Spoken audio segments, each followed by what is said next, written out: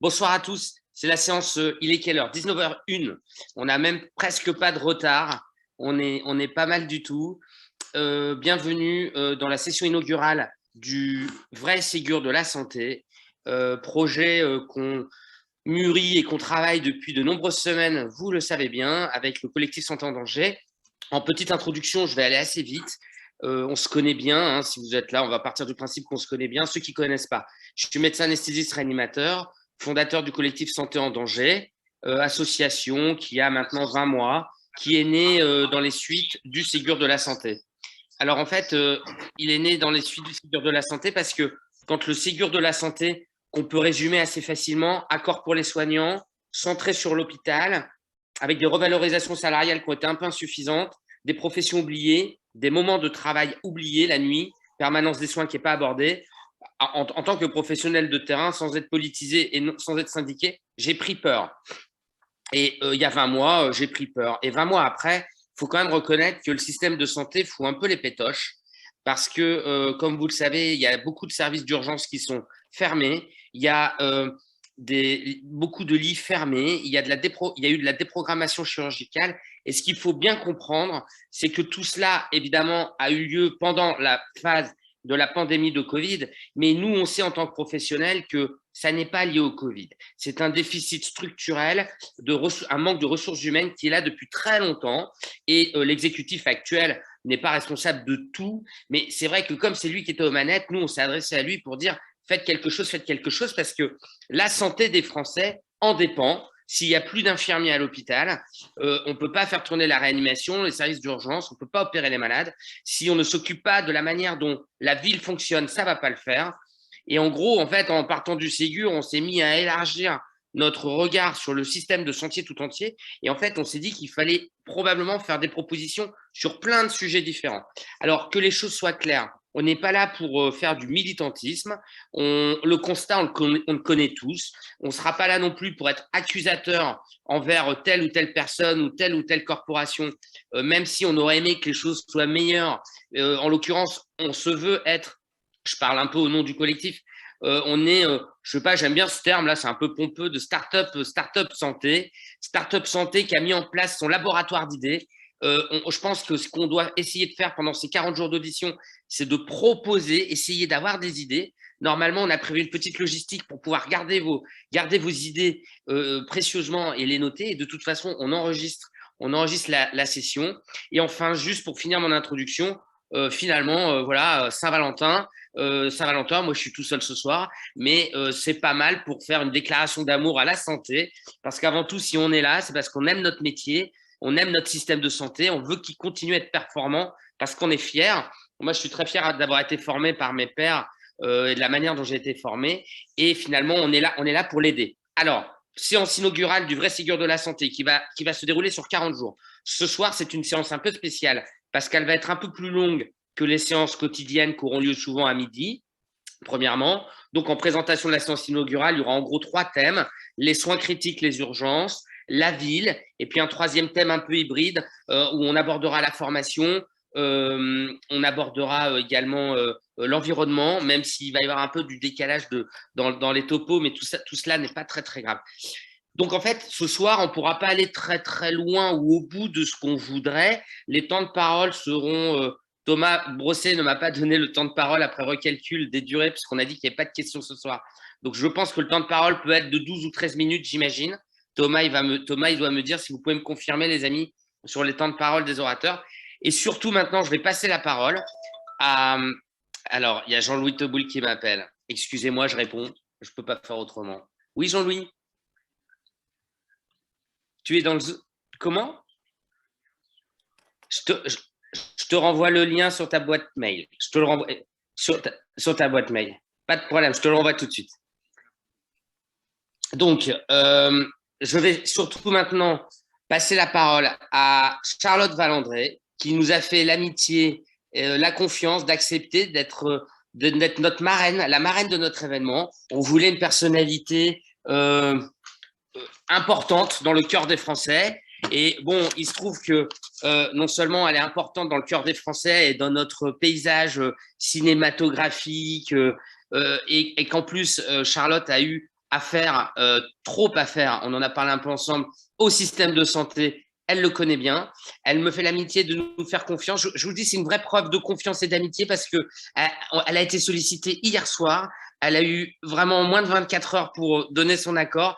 On a énormément de chance, elle accepte. En tout cas, on lui rendra 1000 fois sa confiance. Je vous en assure, Charlotte. Et je vous passe la parole. Vous êtes la marraine de notre événement. Alors, vous allez nous surveiller, vous allez veiller à ce que ça se passe bien. Et puis, je crois que vous avez un petit message à adresser aux soignants ce soir.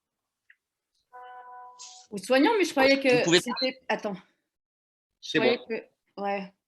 Je croyais que je parlais de mon expérience. Qui parle des soignants. C'est très bien. Non, mais c'est parce que tu dis directement un message aux soignants. Mais bon, alors, évidemment, j'aimerais que tout le personnel de santé soit augmenté dans leur salaire parce qu'ils font un travail incroyable et qui n'est pas bien rémunéré et c'est pas normal. J'ai passé en effet pas mal de temps à l'hôpital et ce que j'en retiens, c'est que le personnel soignant, justement, les aides-soignants et les infirmiers, c'est hyper important pour nous. J'ai passé plusieurs mois à l'hôpital et ce qui nous fait du bien, c'est les visites et l'infirmière ou les infirmières qui passent nous voir. Et c'est vachement important que les infirmières qui viennent nous voir ou les infirmiers puissent rester un peu avec nous parce qu'on a souvent envie de discuter 10-15 minutes. Ça nous rassure, ça fait du bien. Qu'on soit à court terme à l'hôpital, à moyen terme ou à long terme, enfin évidemment encore plus à long terme. Et donc, il manque du personnel justement soignant. Donc, ils ne peuvent pas rester longtemps avec nous. Mais il y a aussi des gens qui n'ont pas de visite. Il faut penser à eux. Et du coup, quand les infirmiers passent, évidemment, c'est hyper important. Je suis allée à l'hôpital là, il n'y a pas longtemps. J'y suis restée 2 jours. Et quand je suis rentrée, pour me faire perfuser, il y a 3 infirmières qui sont venues parce qu'ils n'y arrivent jamais. Mais elles étaient super sympas. Et je leur dis à demain. Et elles me disent non, pas à demain parce qu'on va de service en service. Il y a un manque de personnel. Et voilà. Et j'étais super déçue parce que le feeling est bien passé. Et j'avais envie de les retrouver le lendemain. Ça n'a pas été le cas. Ni l'après-midi, les infirmiers du matin, ni les infirmiers de l'après-midi, ni les infirmiers du soir. Et ça, voilà, ça déjà, c'est pas bien pour nous. Parce que c'est important qu'on voit les mêmes personnes. On se dit, ah, demain matin, je vais voir un tel. Oh, c'est chouette de la voir ou de le voir. L'après-midi, pareil. Bon, le soir, la nuit, on peut dormir, mais souvent, à l'hôpital, on ne dort pas très bien quand même. Moi, j'ai passé 2 nuits à ne pas dormir. Et voilà, sur tout ça, parce que ça, c'est vachement important. Arnaud, tu as une autre idée de… C'était vraiment ça, mon message. Eh bien, Charlotte, votre message, c'est celui que vous choisissez. Moi, j'ai peut-être juste une petite question. Ouais, tu peux en avoir plusieurs, c'est ce que j'avais envie de dire. Ouais, mais en fait, vous qui côtoyez, qui avez côtoyé les hôpitaux pendant votre vie régulièrement, quand Charlotte Valandré, elle allume ses informations, quand elle prend connaissance d'informations sur le monde sanitaire, du style il manque à tel endroit des infirmiers, on est obligé de fermer des lits, cette notion de manque de ressources paramédicales. Est-ce que quelqu'un comme vous l'avait saisi et est-ce que c'est quelque chose qu'on entend parce que nous, on est un peu le nez dans le guidon, nous. Alors, de temps en temps, je me dis que notre regard perd un peu d'objectivité. Est-ce que Charlotte Valandré se rend compte aujourd'hui que le système de santé, certes, il a été embêté, c'est un euphémisme, par la pandémie, mais que structurellement, il y a un problème quand même. Est-ce que ça, c'est quelque chose au-delà de votre perception du terrain? Oui, ces derniers temps, on l'entend régulièrement. Hein. que depuis quelques années, ça a été de pire en pire. Et en effet, pour arriver aujourd'hui à un manque de personnel, à un manque, vous l'avez dit, de lits, à un manque, plein de manques, quoi. Et, mais oui, je suis au courant. Bon, Charlotte, l'objectif de ce travail qui va durer 40 jours, qu'on inaugure ce soir, c'est justement de tous ensemble essayer de réfléchir à des solutions concrètes pour que les dirigeants, que nous ne sommes pas, on est un peu les exécutants, mais pour aider les dirigeants, parce qu'en fait, ce que vous devez savoir, c'est que lors de la première crise Covid, les soignants sur le terrain, ils ont organisé beaucoup de choses. Et il y a eu beaucoup d'ingéniosité et d'efficience et d'efficacité. Et en fait, moi, ce que je ne comprends pas depuis 20 mois, c'est vrai que j'ai une colère un petit peu qui a été en fil rouge depuis de nombreux mois, et je ne comprends pas pourquoi on ne repose pas plus sur eux, parce que je pense qu'ils auraient des choses. Alors là, on s'est dit, eh ben, on va faire le vrai Ségur de la santé. Comme ça, ils auront peut-être un son de cloche différent, complémentaire du Ségur tel qu'il a été fait par le ministère de la Santé, l'exécutif, il y a bientôt maintenant 2 ans. Bon, Charlotte, vous restez avec nous autant que vous voulez. Ouais. Il y a un truc aussi. Oh là là, je perds la tête. Bon, il y a les urgences dont on a parlé un peu. Et, je ne sais pas quelle est la solution, mais c'est vrai qu'il y a des vraies urgences et il y a des choses qui sont moins urgentes. Et il faudrait que les moins urgents, les gens comprennent qu'il faut aller voir leur médecin. Et plutôt que d'aller aux urgences. Et oui, le premier mois de la pandémie, le 14 mars 2019, c'est ça? 2020, ouais. 2020? Non, 2019. 2020? Non, c'est 2020. Ouais. Ok, 2020. J'étais outrée, déprimée, en colère. Parce qu'on n'avait pas le droit d'aller voir les personnes qui étaient à l'hôpital, qui risquaient de mourir ou qui avaient besoin d'encouragement ou de la part de leurs proches, d'une présence. Et ça, j'ai trouvé vraiment insupportable. Et je suis apolitique, mais ouais, j'en veux à ceux qui ont décidé de faire comme ça. Et je ne pouvais même pas imaginer d'être à l'hôpital et qu'on ne puisse pas venir me voir. Je ne sais pas, je sais pas ce que j'aurais fait. Hein. J'aurais fait des crises de nerfs. Voilà. Et je ne pouvais pas imaginer non plus que mon père se retrouve là et qu'on ne puisse pas aller le voir. Je ne sais pas ce que j'aurais fait. Hein. Je crois que je serais rentrée, je ne sais pas, j'aurais tout cassé. Voilà. Donc ça, voilà, il y a des décisions parfois que je n'ai pas comprises.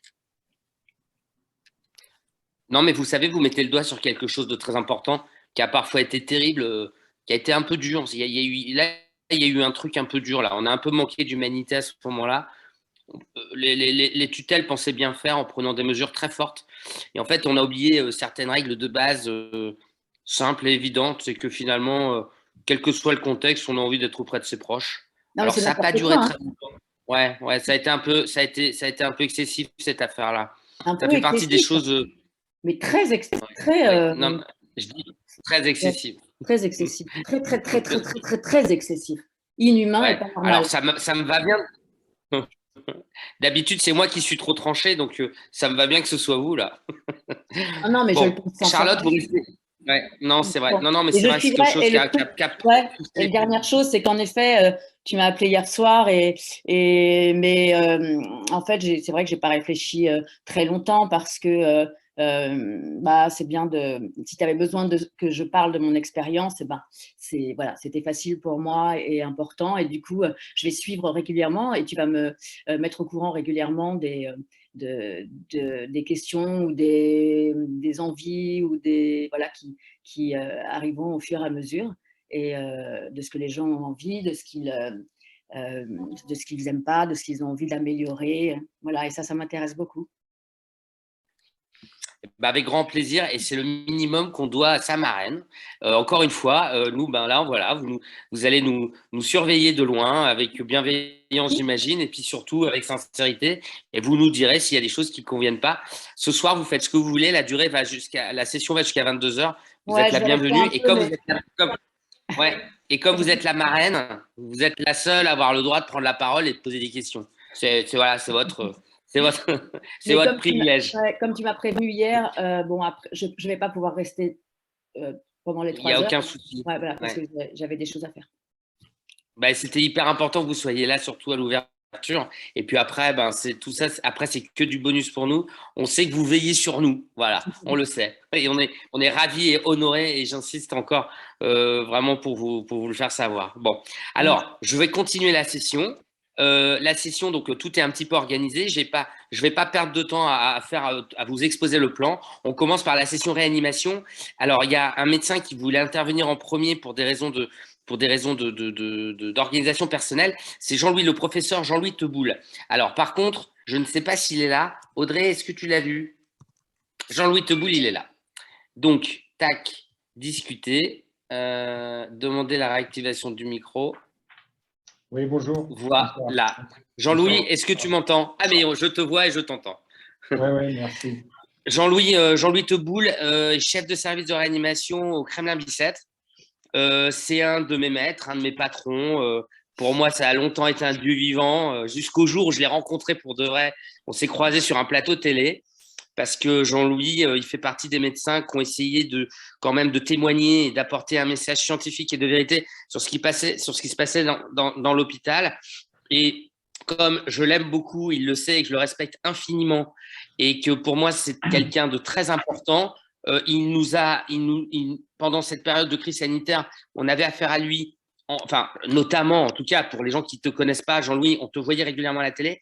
Mais moi, je sais que tu n'es pas qu'un médecin de plateau de télé, justement. Et réfléchir au vrai Ségur de la santé, à 2 ans d'une pandémie incroyable qui a vachement impacté les services de réanimation, je me suis dit, je vais entendre l'avis de Jean-Louis Teboul sur ses idées de la santé de demain, étant entendu que le diagnostic, on l'a tous fait, que le constat, on l'a tous fait. Alors, j'ai trois axes de questions, Jean-Louis. Je te les liste, comme ça, tu me diras si ça te convient. Ma première question, ça va être, quand on s'appelle Jean-Louis Teboul et qu'on a assisté aux difficultés principalement paramédicales pour faire tourner ces lits de réanimation, est-ce qu'on a des idées? Est-ce qu'on a des idées pour faire mieux que ce qui s'est passé ou pour changer ça? Ça, c'est ma première question. Ce sera ma première question. La deuxième question, j'ai un trou de mémoire. La deuxième question, elle va me revenir. La troisième question, c'est comment Jean-Louis Teboul y pense qu'on aurait pu éviter, faire autrement ce qui concerne les déprogrammations, étant entendu que certaines déprogrammations ont parfois été justifiées par le fait que les patients, après, en post-opératoire, ils devaient avoir une place en soins intensifs qui était largement occupée. Et Thomas Brosset, est-ce que tu peux m'aider la deuxième question, ça va me revenir. Et en fait, je dézoomais l'attractivité. Non, c'était l'attractivité. Oh ben mince alors, c'est incroyable ça. J'étais hyper fier de moi, Jean-Louis. Ça va me revenir. Je vais te laisser répondre sur la première question et ça va me revenir. Donc voilà, première question, au niveau paramédical, soins critiques. Toi, si tu avais pu, tu aurais parfois ouvert plus de lits, mais des fois, tu n'as pas pu. Comment on peut changer ça d'après toi? Bon, merci Arnaud pour ces mots. Alors, les constats, on les fait tous, hein, à peu près le même constat. Les solutions sont plus difficiles à trouver quand même, parce qu'on n'est justement pas politique. Et notre rôle est surtout de soigner les patients. Alors, le constat, en effet, c'est on ne peut pas aujourd'hui, et en particulier dans mon service, mais ailleurs, ouvrir des lits qui sont fermés, comme tu l'as dit, à cause de manque de personnel paramédical. Ben, moi, j'ai l'équivalent de 10 lits d'USC de fermés, ou bien l'équivalent de 5 lits de réa. Et en fait, on est tout le temps en train de changer de stratégie dans mon service pour essayer de voir est-ce qu'il est plus important d'ouvrir des lits d'USC et des lits de réa, sachant qu'on a normalement 15 lits de réa, 10 lits d'USC, et qu'actuellement, donc, on ne peut pas ouvrir tout parce qu'il manque du personnel paramédical essentiellement. Bon, alors pourquoi? On sait bien pourquoi le personnel paramédical, je vais pas insister là-dessus, pourquoi les gens sont plutôt partants, pourquoi ils sont partis, pourquoi ils sont en burn-out, pourquoi ils sont découragés, pourquoi ils ne sont pas motivés, pourquoi ils ne sont pas valorisés. Donc, on sait tout ça, et je suis complètement d'accord, parce que moi, ça fait maintenant 36 ans, 37 ans que je suis senior en réanimation, donc j'ai vu en effet, comme tu l'as suggéré, j'ai vu comment les choses ont évolué en réanimation, et ça fait 33 ans que je suis dans le même service, donc j'ai vu comment les choses ont évolué. en termes médical et paramédical, en termes de qualité de soins, en termes de préoccupation principale de la direction, des directions, si j'ose dire. Donc, mon constat, c'est qu'on est au pire de ce que j'ai connu moi. J'espère qu'on va être en train de remonter. J'entends un écho, là. Je ne sais pas si c'est tout le monde.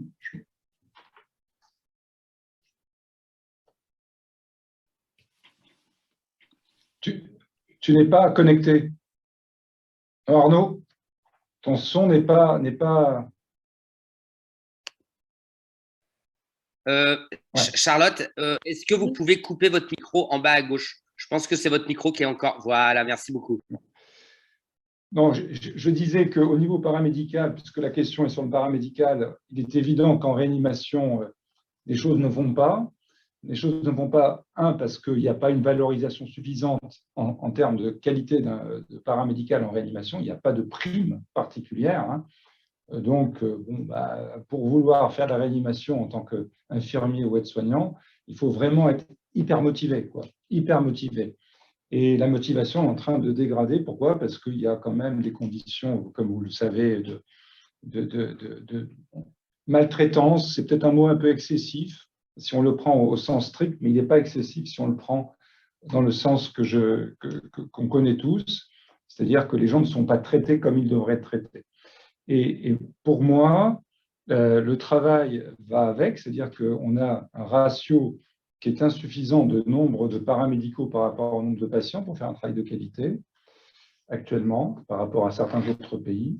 Bien sûr, le salaire, c'est évident. Hein. Le salaire par rapport ne serait-ce qu'à la Suisse, hein, une infirmière de réanimation en Suisse ou en France, c'est complètement différent. Et donc, je comprends que les gens qui sont frontaliers passent la frontière tous les jours. Ça se comprend. Et puis, on a un poids administratif qui atteint non seulement des gens comme moi, hein, qui suis chef de service, mais ça je comprends, et qui atteint aussi les cadres infirmiers qui sont débordés par un travail administratif incroyable et qui n'ont plus leur rôle de ce qu'on a appelé avant les surveillants ou les surveillantes dans les années 80-90, qui étaient au lit du malade, qui encadraient vraiment les paramédicaux. Actuellement, c'est un travail de réunion, c'est un travail administratif extrêmement lourd qu'ils ont ou qu'elles ont à faire, et ça retentit sur la qualité des soins. L'administratif en général, la répartition des administratifs au sens salarié par rapport aux soignants me semble disproportionnée actuellement. On invente actuellement tous les jours des nouveaux métiers. Par exemple, dans mon hôpital, on a inventé un directeur des mobilités. Un directeur des mobilités, qui vient d'être nommé, donc quelqu'un qui est directeur. Hein. Je ne sais pas exactement à quoi sa mission correspond. Je ne savais pas que le mot mobilité pouvait se faire au pluriel, pourrait se mettre au pluriel. Donc les mobilités, je pense qu'il s'agit des mobilités des infirmiers ou des paramédicaux, j'en suis pas sûr. Donc ça veut dire qu'on a un nouveau poste avec probablement des assistants, un bureau, et tout ça, ça se fait forcément au détriment du nombre de personnes qui sont engagées pour soigner. Donc moi, c'est le rapport administratif-soignant qui me semble actuellement déficient. Nous, on en pâtit en réanimation parce qu'en plus, on n'est pas attractif à cause justement de la pénibilité versus la valorisation.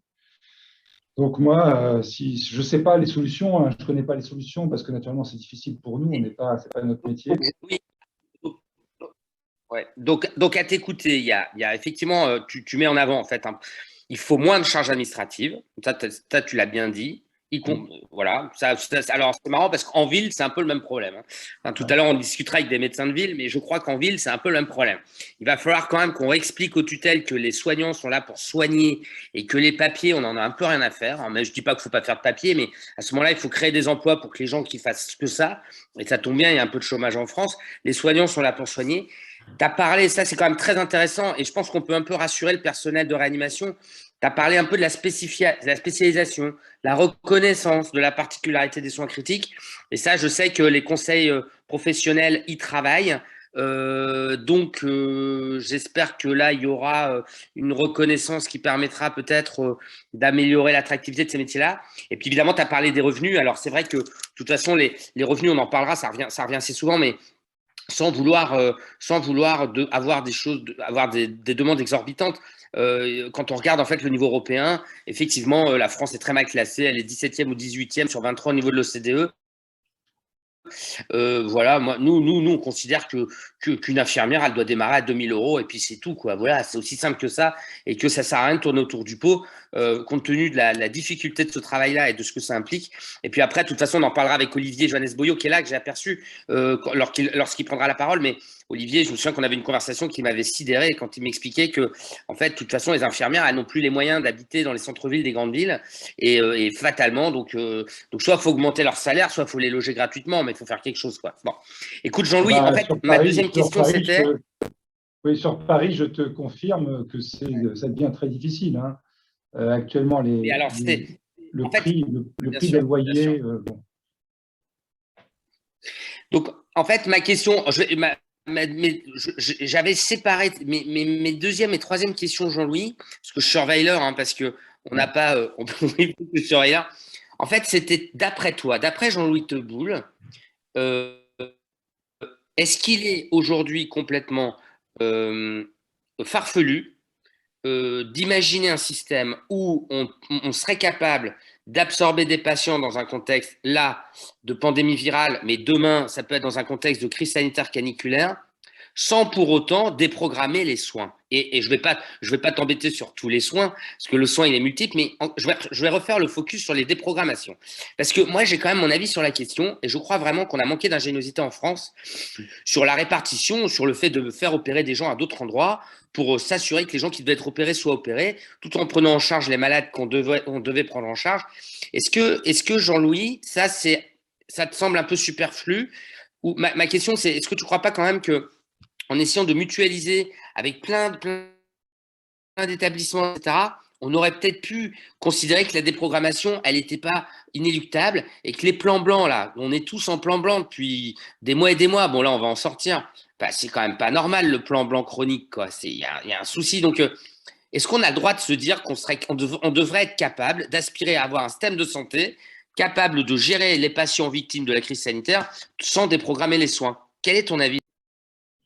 Alors, c'est compliqué parce que bon, on a eu une première vague, une deuxième vague qui nécessitait de toute façon d'avoir des déprogrammations. On est tous conscients parce que ça a été un afflux très important au même moment de patients. Ensuite, c'était différent. Moi, je suis de l'hôpital public.